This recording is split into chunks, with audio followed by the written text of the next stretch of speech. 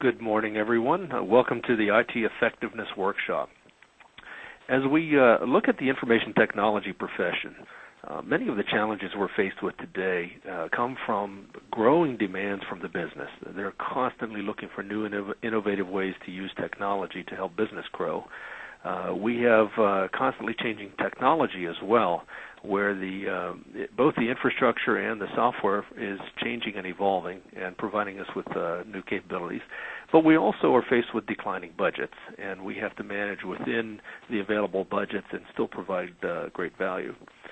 Compounding these issues is the fact that the information technology profession is still a fairly young profession. Compared to some of the other ones like accounting or even the medical profession, we haven't been around very long. And as a result, best practices for managing IT are still evolving, and also the available management tools, we have them, but they're not really integrated, and they're still evolving as well. Computer Aid Incorporated is an IT services company. We provide support and development services to our customers. Now, why is that important? Well, in order for us to be profitable, we have to be effective.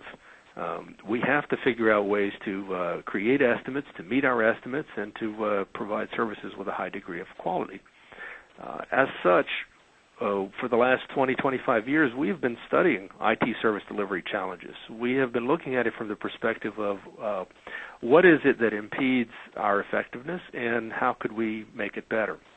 And what we've done is we've identified a variety of best practices and even developed some internal tools that helped us to improve our effectiveness.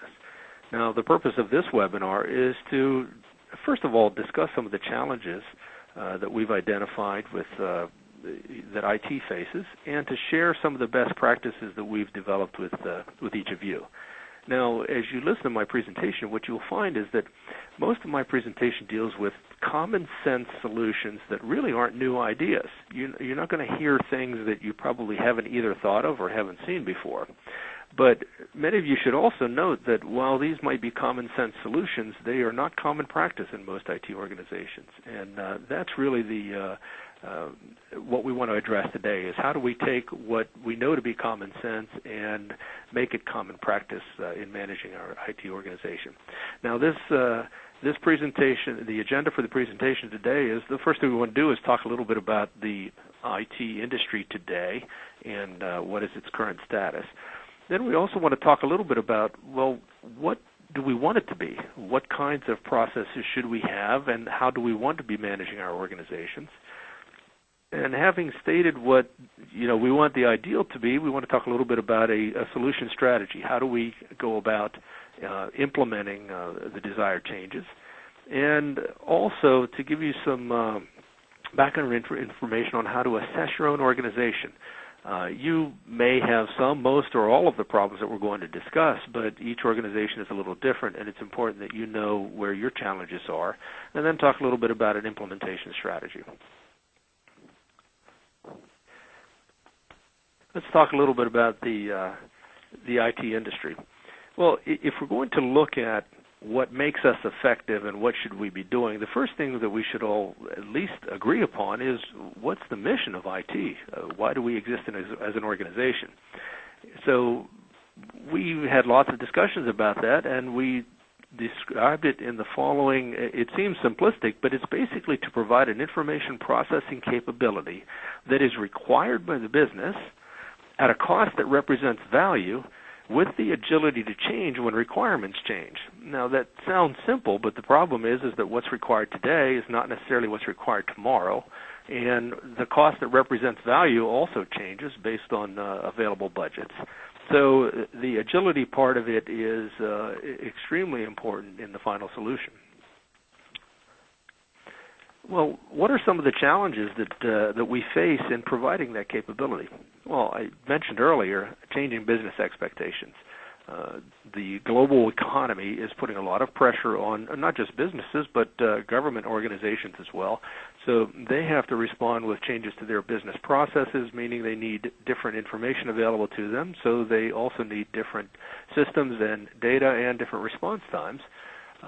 We must be able to implement and utilize the rapidly changing technology if it's available to us and it provides a capability that we should be able to leverage.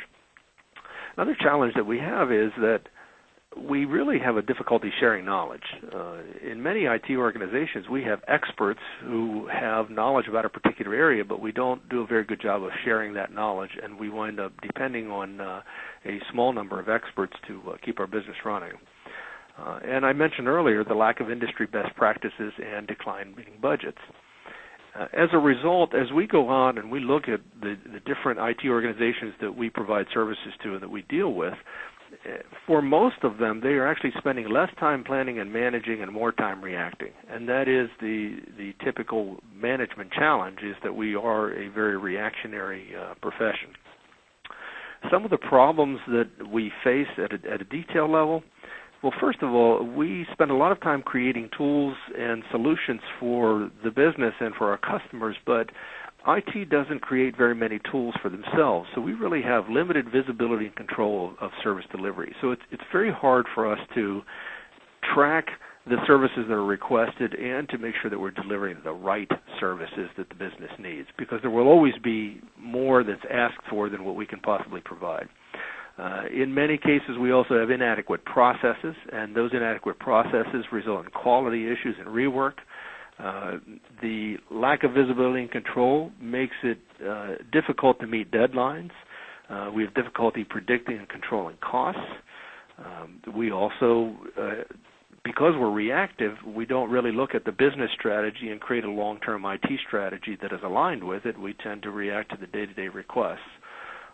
And since the year 2000, we've also been faced with reduced budgets and growing backlogs and the expectation to do more with less. And finally, we do have the dependence on a few subject matter experts or heroes, and we haven't yet figured out a good way to share the knowledge and make sure that we have more than a few people with knowledge on our key areas. And many of these issues translate into dissatisfied users. Pardon me for a minute. There's a little delay in the switching slides. I use this graphic to show some of a day in a life in the IT world, and this tends to get a lot of chuckles from people in our business, but we're basically faced with a lot of requests that come from various places. There are different kinds of requests: problems, consultation requests, projects, and they come from operations, users, IT management, the help desk, business analysts. And in many cases, we're inundated with them. They don't come through any logical process. They're not some may be reported to the help desk, some may be called directly to the programmer, some may be sent to management. And in many cases, we respond LIFO.